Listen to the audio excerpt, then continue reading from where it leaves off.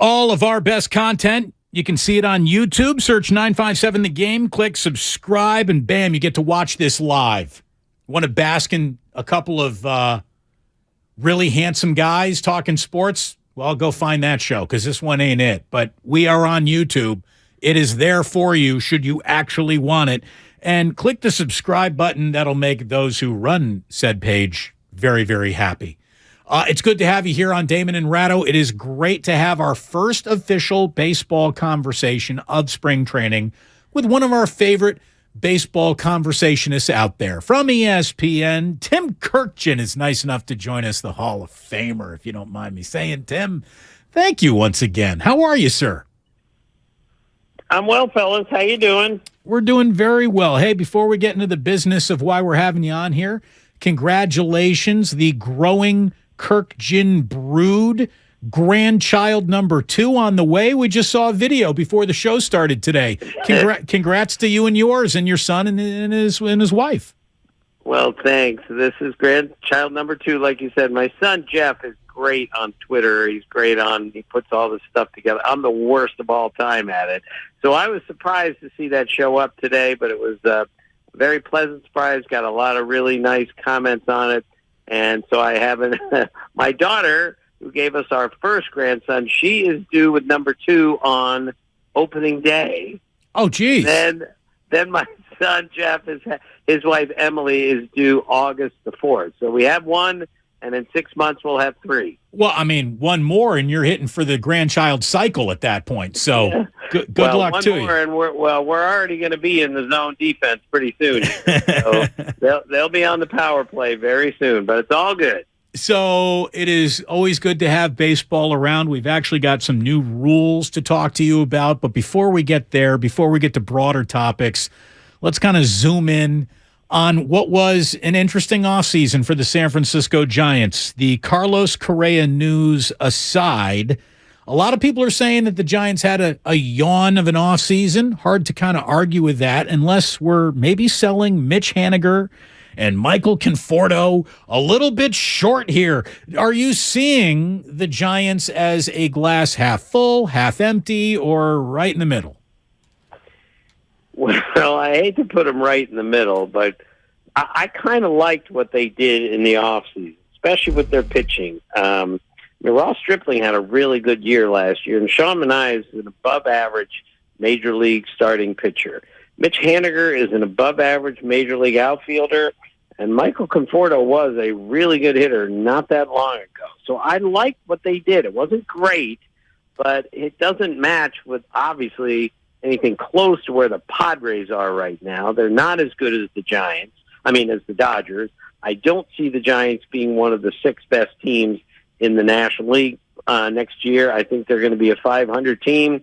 I don't think they're going to be a solid contender, but that doesn't mean they didn't do anything in the offseason. They tried.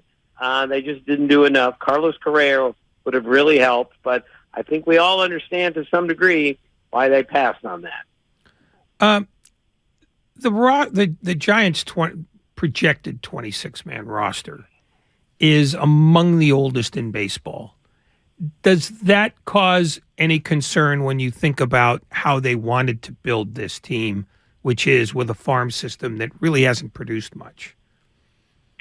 Yeah, that's the concern, Ray, is that you look at these other teams that are really young and are starting to get good, like the Orioles, like the Guardians, who went to the playoffs last year, won their division with an exceptionally young team. That's what you're trying to do, is not only win, but win with guys who are going to be there for several more years. And the Giants just don't have that at the moment now.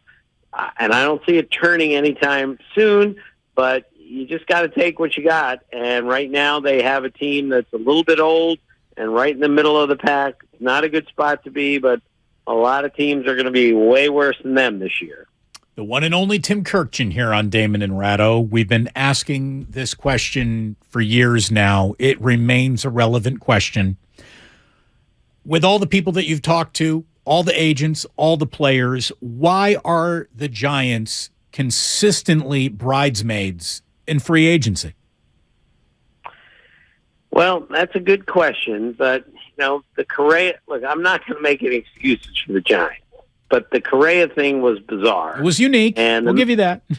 Right. The Mets missed out on him also. It was a strange situation, and I don't think you can give them too much heat for losing a guy who his next really hard, bad slide could lead to some really bad things. I think at least that's what I've been told. So we'll see about that. As for Aaron Judge, they lost a guy who wanted, I guess, to spend his whole career with the Yankees. It's pretty hard to wedge anyone away from the Yankees when, A, they're spending just as much, if not more money, and they're the Yankees. And he just had a 62-homer season and won the MVP. So, I see the point. They're going to have to do better than that if they're going to catch the Padres or the Dodgers moving forward. You're going to have to stop being the bridesmaid, as you call it. But I'm not sure when that's going to happen. This was the offseason for it to happen. They get Aaron Judge, and a bunch of things follow, and that simply didn't happen. How much damage, though, did they do? Maybe not only to their fan base, but just to the free agent market in general, when they say we won't be outbid by anybody, and then they get outbid by the Yankees on Judge, and then they have the highest bid on Correa, and then pull out at the last minute. Is there a perception around baseball that they just don't know how to close a massive deal, and that they're really a team that works best on the edges? I think that's a fair statement, Ray, because that's certainly how it looks. I think the mistake they made is coming out and say we're not going to be outbid. You simply can't say something like that when you know the Yankees are part of this. And it's Aaron Judge, career Yankee, Aaron Judge, face of the franchise, Aaron Judge, one of the best players in the game, and one of the faces of the game. You should never say that when you know the Yankees are involved, and the Yankees and Dodgers have more money, and the Mets, than anybody else. So maybe that was the mistake they made, was making a promise that maybe they just couldn't keep. So now we have a brand new spring training, hearkening a brand new season, and for whatever reason, baseball always insists on coming up with a new list of rules. Like, even though every fan basically agrees, don't change anything, please, not ever. Baseball continues to tinker. Maybe some of this will actually help. I don't want to go through all of it, but I want to go through some of it with you, starting with shift restrictions.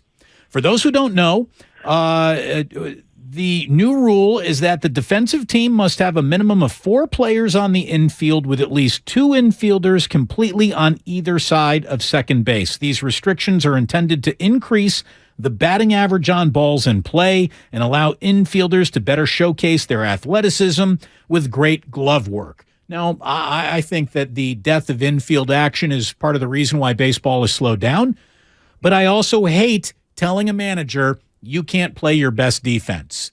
I didn't like the shift, but I think I like telling a manager what they can do even less than the actual shift.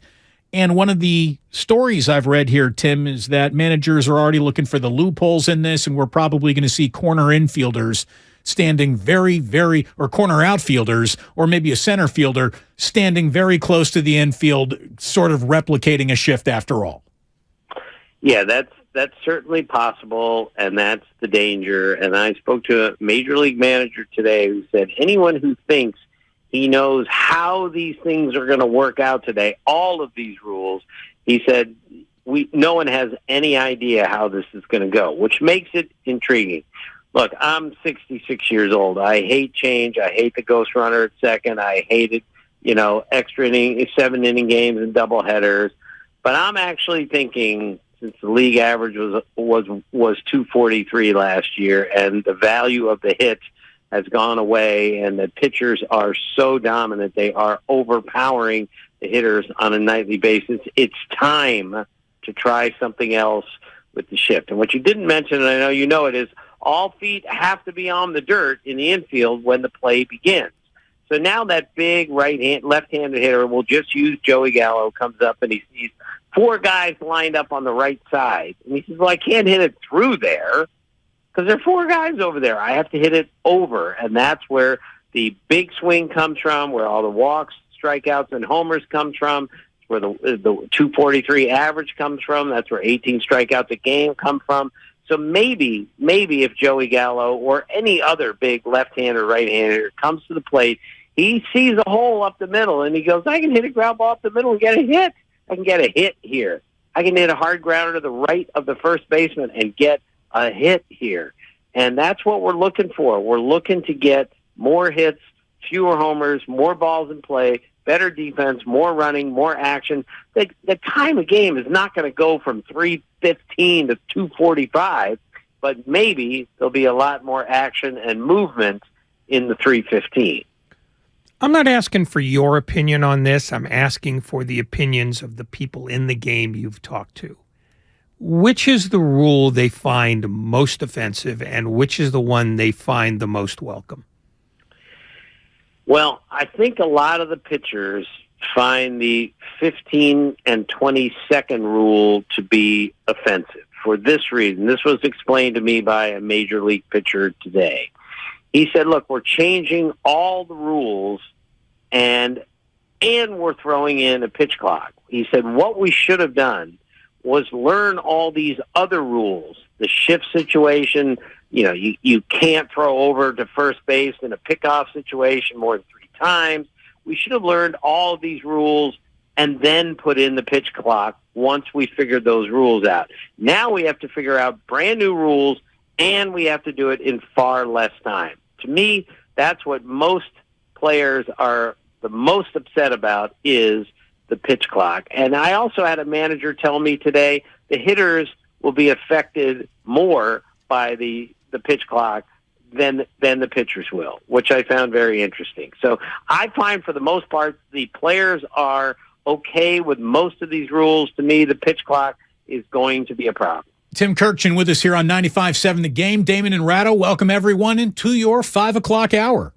You're listening to 95.7 The Game, KGMZ FM and HD1 San Francisco. Always live on Twitch, YouTube, and the free Odyssey app. Damn well better be free. Tim, reacting to what you just said, that the pitch clock could actually affect hitters more. What's the philosophy behind that? Well, I was surprised to hear that because I think it's going to affect the pitchers more. But, look, hitters are creatures of habit also. They love to step out. They love to adjust their batting gloves. They need to take a deep breath, that type of thing. And if you rush them into the batter's box against a guy throwing a cutter at 96 miles an hour, they're not going to be happy about that. So I think an adjustment is going to have to be made here, and I think it's time to make the adjustment. I'm okay with the pitch clock unless we realize it's a big mistake. And the other thing I was told today is get ready to see 1 million balks in the month of April, because in order to work this pitch clock, that pitcher has to come to a complete stop so we can start to time the delivery.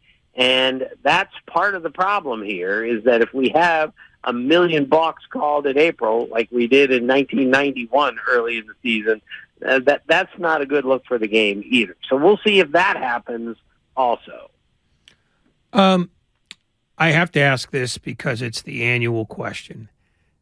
Do you get a sense that baseball finally wants a firm resolution on the situation with the Oakland A's, or is Rob Manfred basically just continuing to kick the can down the road because he's not that interested? Vegas doesn't seem to be that interested, and the A's don't seem to be that energetic. Yeah, again, we've been over this, fellas. It's so confusing what to do. Bud Selig told me 15 years ago, we have to do something about the A's and the Rays, and here it is 15 years later, and we're in the same spot. I can't figure that one out. I think they could do really well at times, I guess, in Las Vegas. And yet, to me, the best thing to do is to build a new ballpark in the Oakland area. But how do you do that? Where do you do that? I think the commissioner is getting frustrated, but I think there's not much he can do, and he just has to keep bringing it up. And I don't know what the solution is, because this has gone on way too long. John Fisher's a terrible owner, and there is no way to even put lipstick on that pig. He is just the worst. There's no fixing him.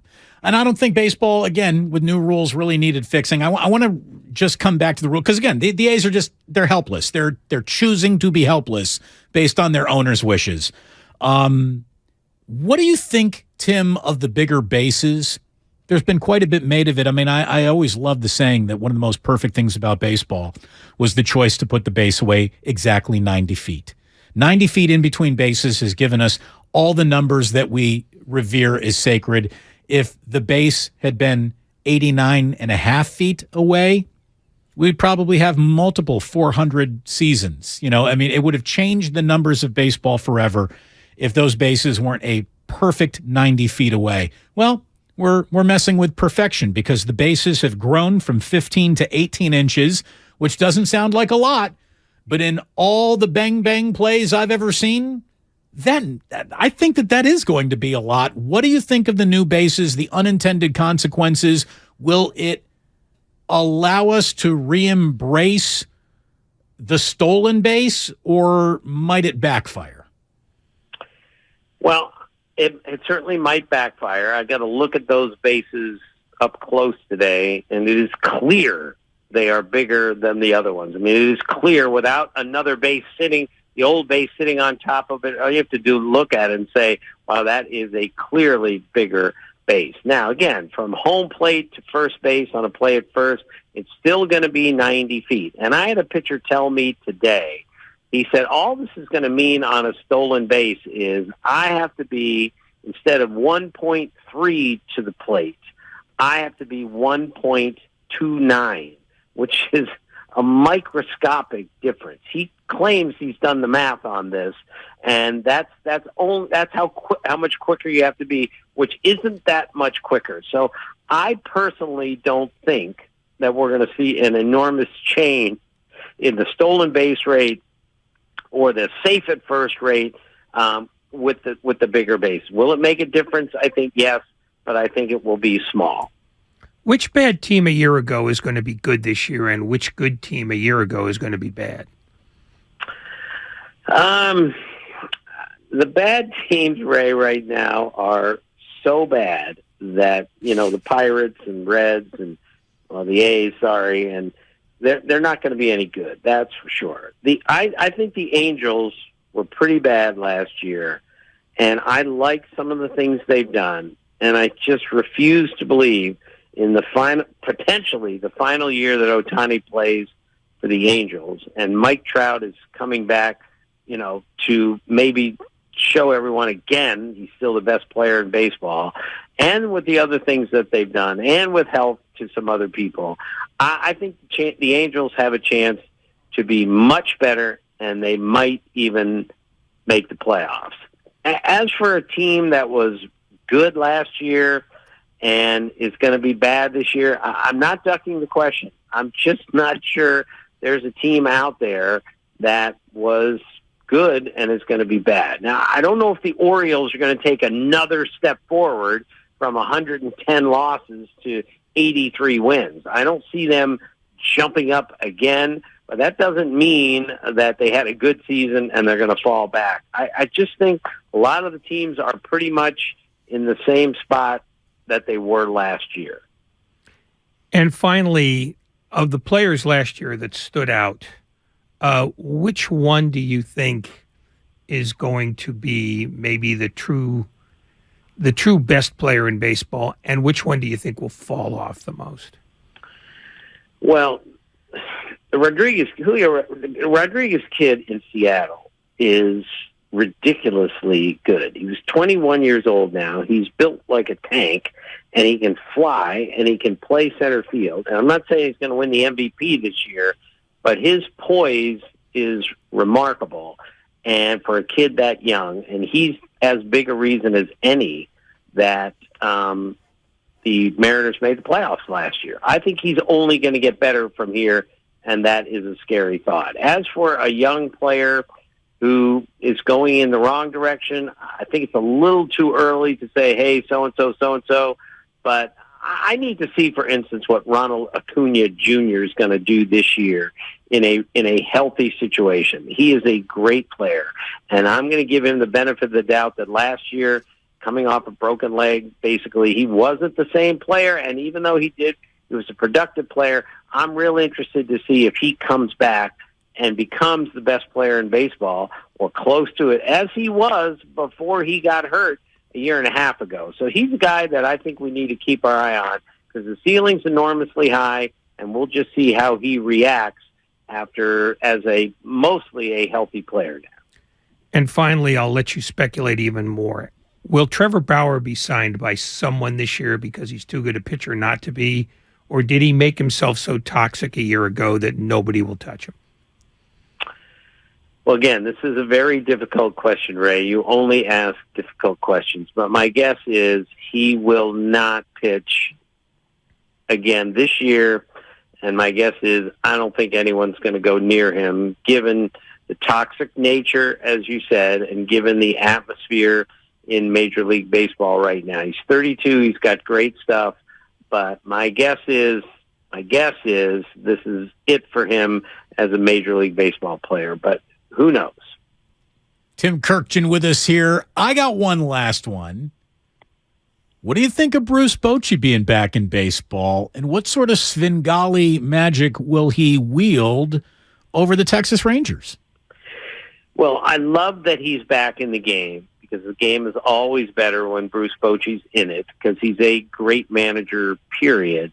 And he's a great guy to be around. He's so good for the game. And to me, he represents the old school that actually watches the game being played and makes adjustments during the game based on what he's seeing. As we've known, Giants won 3 World Series because no one ran a bullpen better than that guy because he could watch and see what was happening on the field. And I think this is a really good sign for the game that we're putting the game back to some degree in the hands of people who have a great feel for the sport and a great look at the sport, like Dusty Baker, like Bruce Bochy, 2 Hall of Fame managers who are managing at the same time again. I think that's a good thing, but the most important thing is that the Rangers are giving him full reign to run the team, especially when the game starts.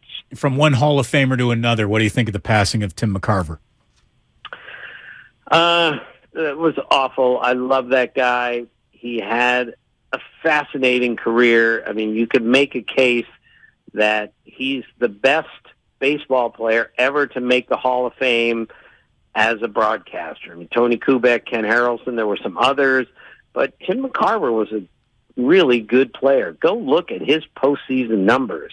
He led the league. He led the major leagues in triples in 1966. He's the only catcher ever to steal home in a World Series game. His performance in the 64 World Series, including a crucial home run, was tremendous. He played in 4 decades. He caught 450 starts made by Steve Carlton and Bob Gibson combined. He was a really good player.